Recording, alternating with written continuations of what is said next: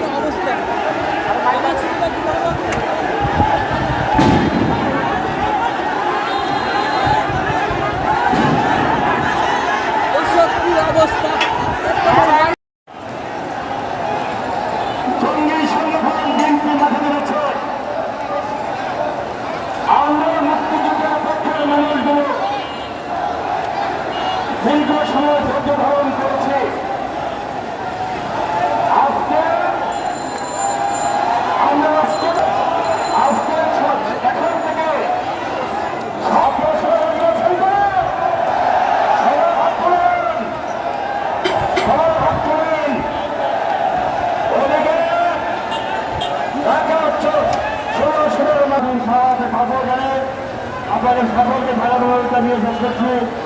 এখানে ভূমিকা আছে স্বেচ্ছাসেবী চৌধুরী স্বেচ্ছাসেবী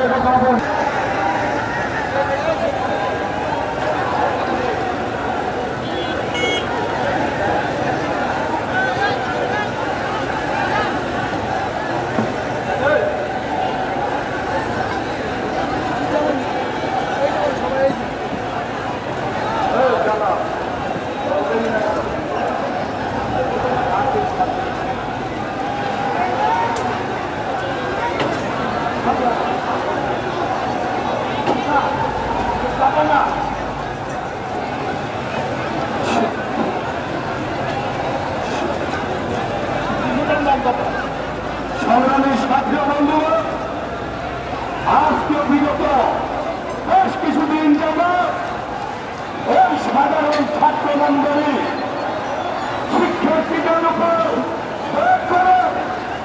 বিএনপি জামাত শিবিরের হায়নারা আজকে ঢাকা মহানগর সহ সারা বাংলাদেশে বিভিন্ন জেলার রাষ্ট্রীয় সম্পদ চালিয়ে পুড়িয়ে আজকে যে নারকীয় তাণ্ডব চালাচ্ছে। আমরা পিছপা হতে শিখি নাই, আমরা পিছু হতে শিখি নাই, আমরা পিছপা হব না, আমরা রাজপথে থাকবো, রাজপথে থেকে আমরা তাদেরকে মোকাবিলা করবো।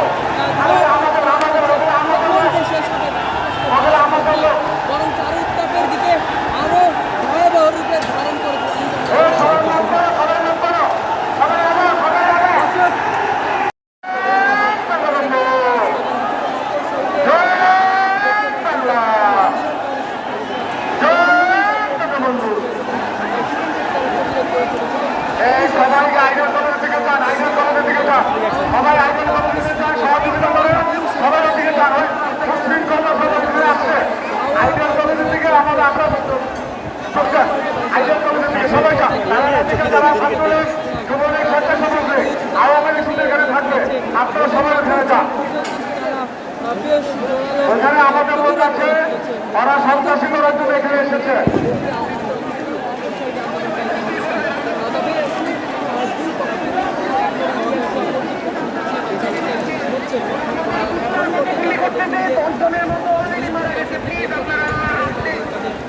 জয় বাংলা, জয় বঙ্গবন্ধু, চলছে লড়াই চলবে, শেখ হাসিনা লড়বে।